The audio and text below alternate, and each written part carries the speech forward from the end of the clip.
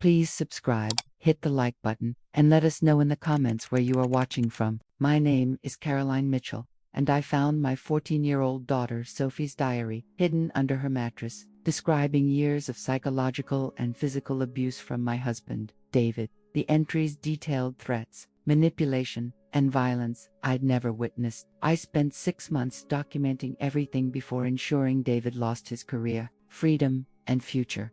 I found the diary while changing Sophie's sheets, a small leather-bound book that fell from under her mattress. I shouldn't have read it. Privacy matters, especially for a but something made me open. It may be the way Sophie had been withdrawn lately, avoiding her stepfather David, spending all her time locked in her room. The first entry I read made my blood run cold. April 3rd, David grabbed my arm so hard today when I didn't clean the kitchen fast enough, left bruises. Mom didn't see because I wore long sleeves. He said if I told her, he'd make sure she chose him over me, said I'd end up in foster care. My hands shook as I flipped back further, entry after entry, going back 2 years, describing a pattern of abuse I'd never suspected. March 15th, David says I'm worthless, that Mom only keeps me around out of obligation, says if I cause problems, he'll convince her to send me away. February 8th, he pushed me into the wall when Mom was at work, said it was my fault for talking back, my shoulder still hurts. January 20th, David went through my phone again, deleted messages from friends, says I'm not allowed to have secrets from him. Mom thinks he's just being protective. I'd been married to David for 3 years. He was my second husband. Sophie's biological father had died when she was 6. David had seemed perfect when we'd met, successful lawyer, charming, attentive. He'd been kind to Sophie at first, or so I'd thought. But according to this diary, David had been systematically abusing my daughter for 2 years while I'd been oblivious. I kept reading, my horror growing with each page. December 2nd, David said if I tell Mom about the things he does, he'll make it look like I'm lying. Says he has ways to prove I'm mentally unstable. I'm scared. November 10th, he hits me where it won't show. Always, my arms, my back, places clothes cover. Mom has no idea. I can't tell her she loves him, and won't believe me. My daughter thought I wouldn't believe her, thought David could convince me she was lying or unstable. I heard David's car in the driveway. He was home from work. I quickly photographed several diary pages with my phone, put the diary back exactly where I'd found it, and went downstairs. David greeted me with a kiss, asked about my day. Completely normal. I looked at him and saw a stranger, a man who'd been hurting my child while playing the role of devoted stepfather. Where's Sophie? He asked. Upstairs doing homework. She needs to come help with dinner. The girl needs to learn responsibility. I watched him walk to the stairs and call for Sophie, his voice firm and commanding. Watched my daughter appear at the top of the stairs, her expression carefully neutral, her body language screaming fear that I'd never noticed before. How had I missed this? How had I been so blind? That night, I couldn't sleep. I lay next to David, this man I'd trusted, this man who'd been abusing my daughter, and I planned. I couldn't just confront him. Sophie's diary entries showed he'd been threatening her, manipulating her, preparing for the possibility she'd tell. He'd have counter-strategies ready. I needed evidence, irrefutable proof, and I needed to ensure that when I acted, David would lose everything. I started by secretly installing monitoring software on my home computer and the family iPad that Sophie used. I discovered David had been going through Sophie's messages, her social media, controlling who she talked to online. He'd deleted friendships, isolated her from peers, all while I'd thought he was just being a protective stepfather. I also found searches on David's computer that made me sick. How to discredit a teenager's testimony, proving child is lying about abuse, getting custody and divorce when child makes false accusations. David had been preparing for this, planning how to destroy Sophie's credibility if she ever told anyone. I hired a private investigator named Marcus without David's knowledge, paid cash, met him in secret, told him I suspected my husband was abusing my daughter and I needed documentation. Marcus set up hidden cameras in our home, carefully positioned to record common areas where abuse might occur, all legally placed in my own house. Within 2 weeks, the cameras captured David shoving Sophie against a wall when I was at work, berating her for not having dinner ready on time, captured him grabbing her arm hard enough to leave marks, threatening her in a low voice I couldn't make out on the audio. Marcus also discovered something. I hadn't known David had been doing this before. His first marriage had ended abruptly when his stepdaughter accused him of abuse. The case never went to court. David's ex-wife had settled quietly in exchange for a quick divorce and substantial money. Your husband has a pattern, Marcus explained. He targets single mothers with daughters, grooms the family, becomes indispensable, then starts abusing the child while manipulating the mother. When discovered, he uses his legal skills and money to silence the family. How many times? At least twice before you. His first wife's daughter, then another relationship that ended quickly. Both families were paid to stay silent. He's a predator with a system. I felt physically ill. I'd brought this man into my home, into my daughter's life. I'd been so desperate for companionship after my first husband's death that I'd ignored red flags, trusted too quickly. But now I knew, and I was going to make sure David never hurt another child again. I continued gathering evidence for 6 months, documented every incident the cameras caught, recorded audio of David threatening Sophie, kept copies of Sophie's diary entries showing the progression of abuse. I also did something else. I contacted David's previous victims, found his ex-wife through public records, reached out carefully, and explained my situation. She broke down when we talked. He did the same thing to my daughter, manipulated her, isolated her, and physically hurt her. When she told me, David threatened to destroy us in court to prove my daughter was mentally unstable. He offered me money to go away quietly. I was scared and broke, so I took it. I've regretted it every day since. Would you be willing to testify about what happened if it would stop him from hurting someone else? Absolutely. I found the second victim, a woman named Jennifer, whose relationship with David had lasted only 8 months before her teenage daughter reported abuse. Jennifer had also been paid to stay silent, also regretted it. Both women agreed to provide statements and testify if needed. I had video evidence, diary entries, testimony from previous victims, documentation of David's internet searches, and proof of his pattern of predatory behavior spanning over a decade. I also consulted with prosecutors specializing in child abuse cases, showed them everything. They confirmed the evidence was strong enough for criminal charges. But I wanted more than criminal charges. I wanted David's entire life destroyed.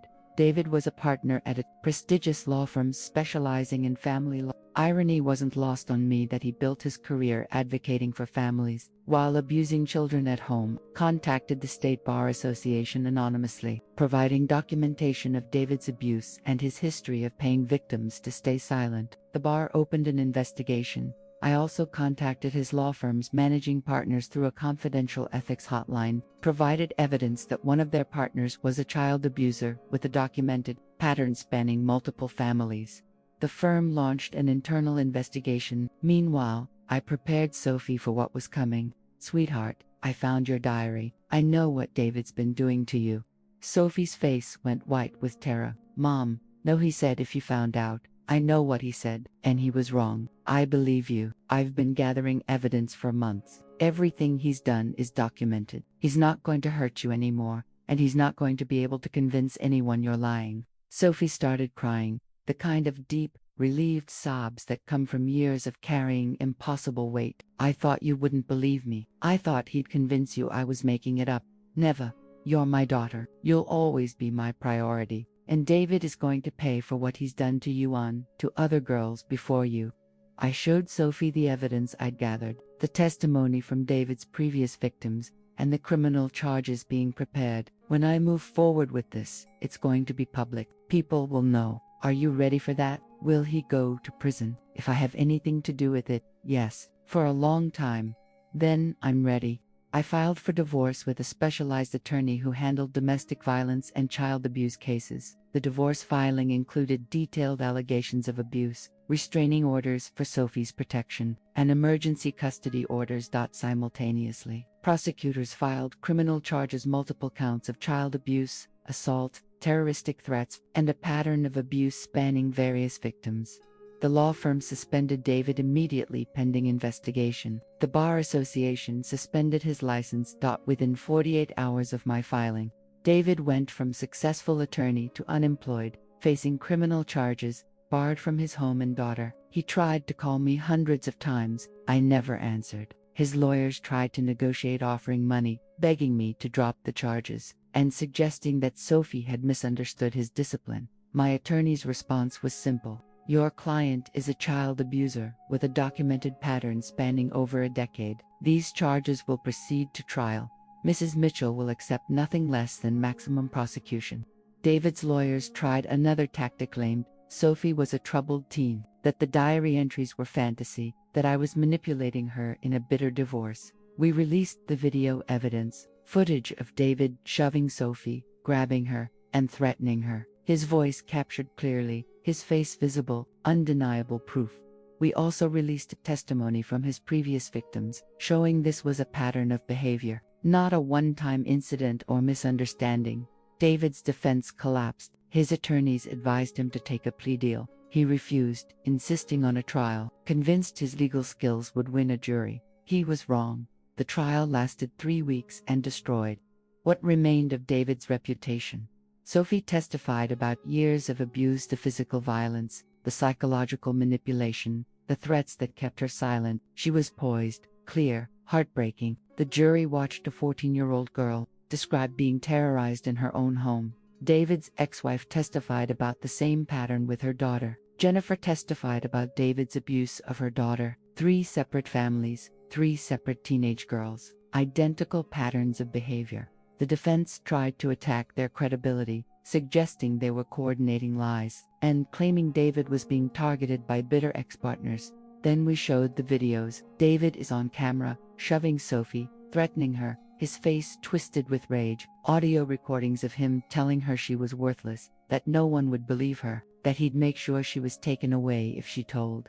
The jury saw the real David, not the charming attorney, but the abuser who targeted vulnerable children. David took the stand in his own defense, a mistake his attorneys clearly advised against. He tried to explain the videos as discipline, claiming he'd been trying to teach Sophie responsibility. The prosecutor destroyed him, played clip after clip of David threatening Sophie, grabbed her roughly, intimidating her, asked him to explain why discipline required threats, violence, and isolation.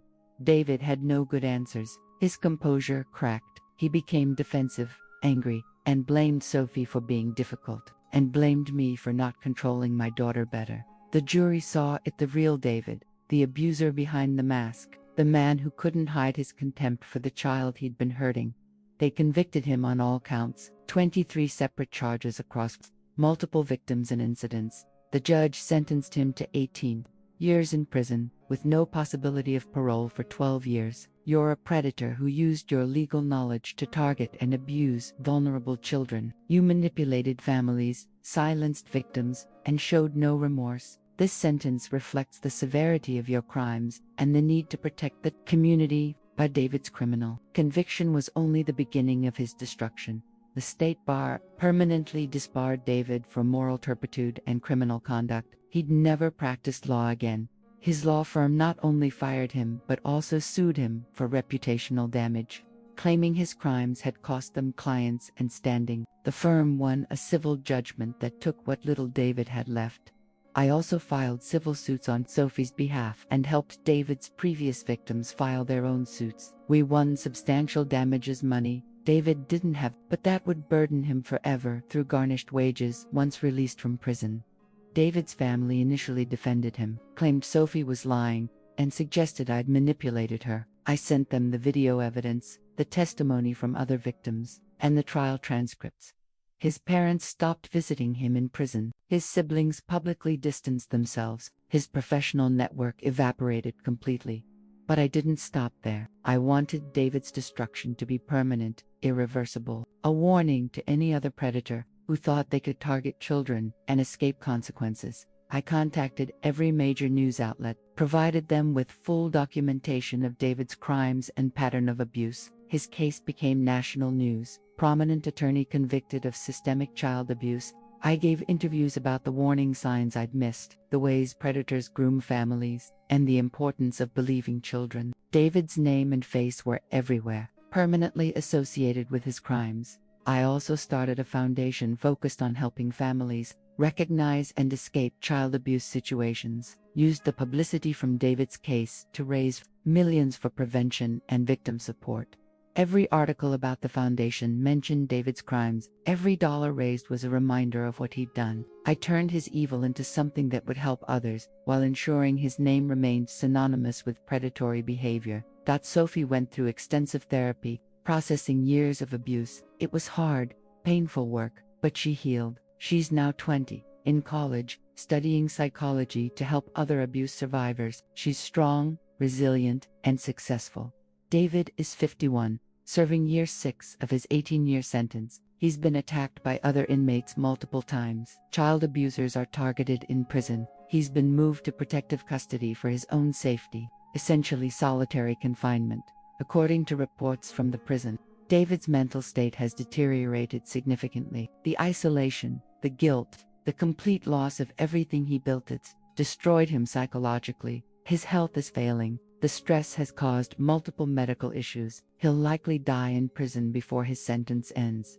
I feel no sympathy. David spent years terrorizing my daughter and other children. He used his legal knowledge to threaten victims and silence families. He showed no remorse until facing consequences.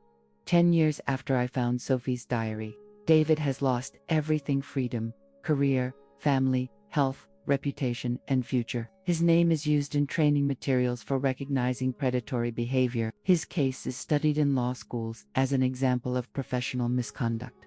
Sophie is thriving. The foundation has helped hundreds of families. David's destruction created something positive, something that protects other children. Some people suggested I should have reported immediately rather than spending 6 months gathering evidence. That waiting put Sophie at risk. But reporting immediately would have given David time to prepare, to use his legal skills to discredit Sophie, to pay us off, as he'd done with previous families. 6 months of evidence gathering ensured he couldn't escape, couldn't manipulate, couldn't win. I found my daughter's diary describing abuse from my husband. I spent 6 months gathering irrefutable evidence. Then, I destroyed his life so completely that 12 years later, he's still imprisoned, broken, alone, and will likely die behind bars.